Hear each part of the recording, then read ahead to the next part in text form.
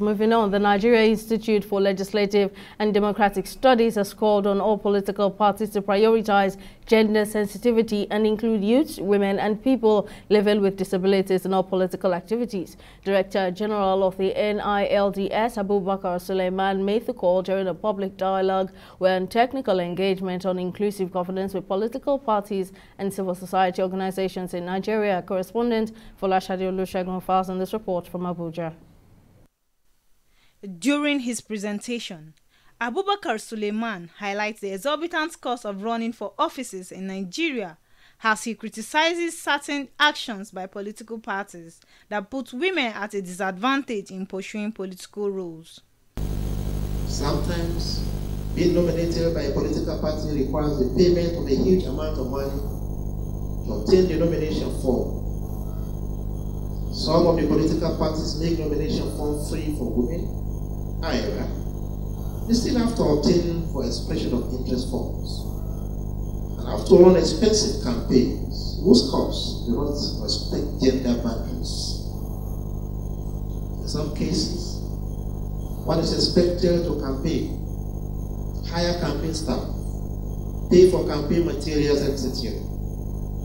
Given the gender income inequality in our country, most female politicians do not have the resources to meet these challenges. Chairperson of the House of Representatives, Committee on Women Affairs and Social Development, draws the attention of the participants to the importance of political parties, ensuring that both youth and women are empowered for the nation's progress. We need our political parties to go and have their reforms where we will ensure that we stop to have single gender lists for our electoral offices, especially our legislative offices.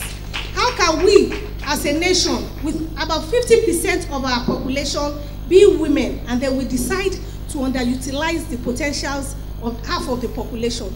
There should also be a place for people living with disabilities in the polity, just as the youth also desire a critical role in nation building.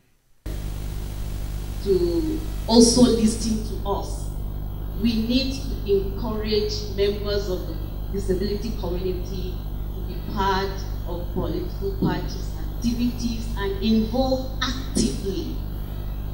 And when it is time for vote, we should vote for candidates with disabilities. We have a very large population of young persons in our country.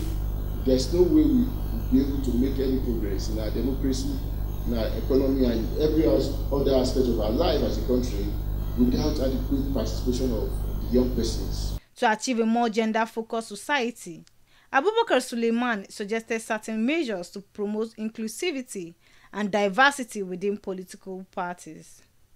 Create opportunities for a more deeper engagement among the stakeholders. 3. Obtain specific commitment from political parties in ensuring that their structure, system, and operations are conducive for women representations and electability to appointed and elected positions. Democracy can only be deepened by ensuring that citizens have the opportunity to be involved in decision-making on areas that affect their lives.